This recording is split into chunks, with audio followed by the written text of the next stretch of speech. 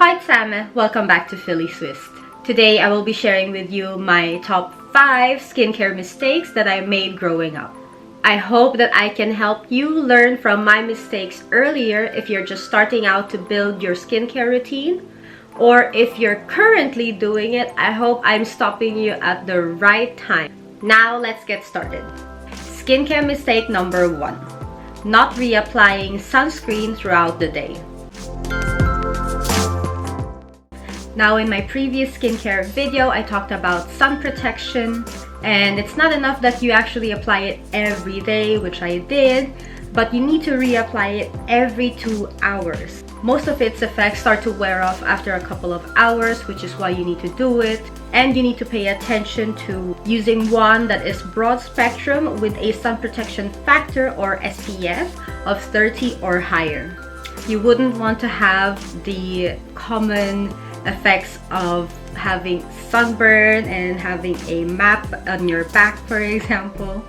If you have pre-existing skin issues, please check with your dermatologist first so that maybe they could recommend something that is more appropriate for your skin or skin type, that you wouldn't have other reactions such as bad irritations. Skincare mistake number 2. Not updating my skincare according to my skin's needs. Moving from the Philippines to Switzerland was not my problem. It was more rather the reaction of my skin towards the Swiss water, which has calc in it, the weather change, and the products that I was and wasn't using. As a teen, I didn't really use a lot of skincare products because usually the good old soap, water, moisturizer, and sunscreen did the trick. But since being here, my skin has felt drier and drier as time passed by. And so it was time for me to start building up my skincare routine by actually getting products that are fit for my skin type. And so it was time to go skincare product shopping, and for some reason it felt like it was a standard to go to Clinique. And what I did get from there is a 3-step skincare set that contained a cleanser, toner, and a moisturizer.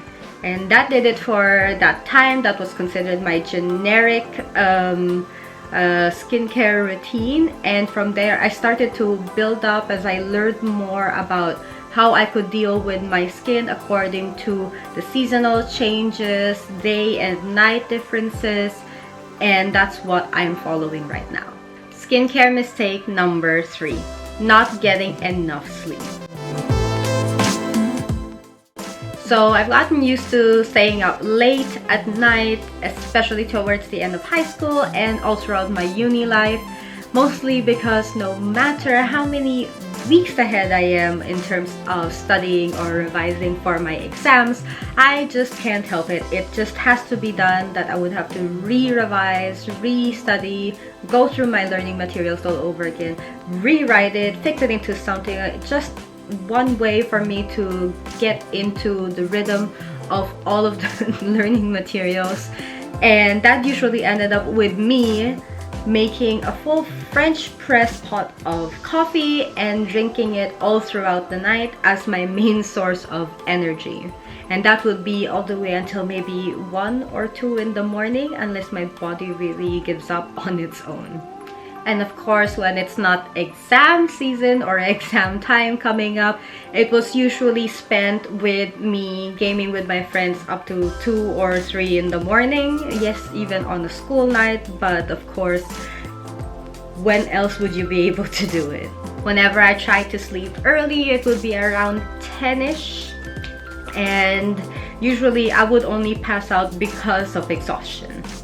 So the common effects that sleep deprivation has on the skin would be your skin won't be able to heal throughout the night when it's supposed to be regenerating in the first place.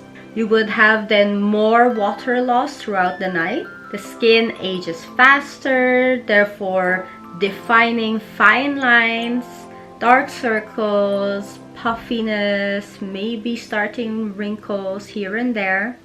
And you start to have pale looking skin. I know that there have been days when I've woken up with bloodshot eyes and I just looked like a zombie walking.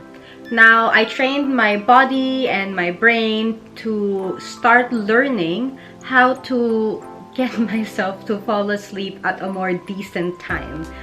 And that's because of a routine that I started. One, to start my nighttime skincare routine straight after dinner.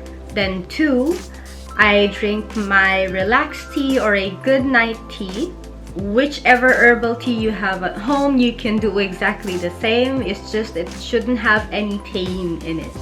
And number three, just going straight to bed, relaxing, calming down. Just don't do anything that makes you think harder. Skincare mistake number four, unhealthy eating. Now, when I talk about unhealthy eating, it's more like the bad eating habits wherein you can have an excess of really bad food. Not necessarily that it's junk food, because your body anyway needs fat, but it should also be a good fat like omega-3 fatty acids.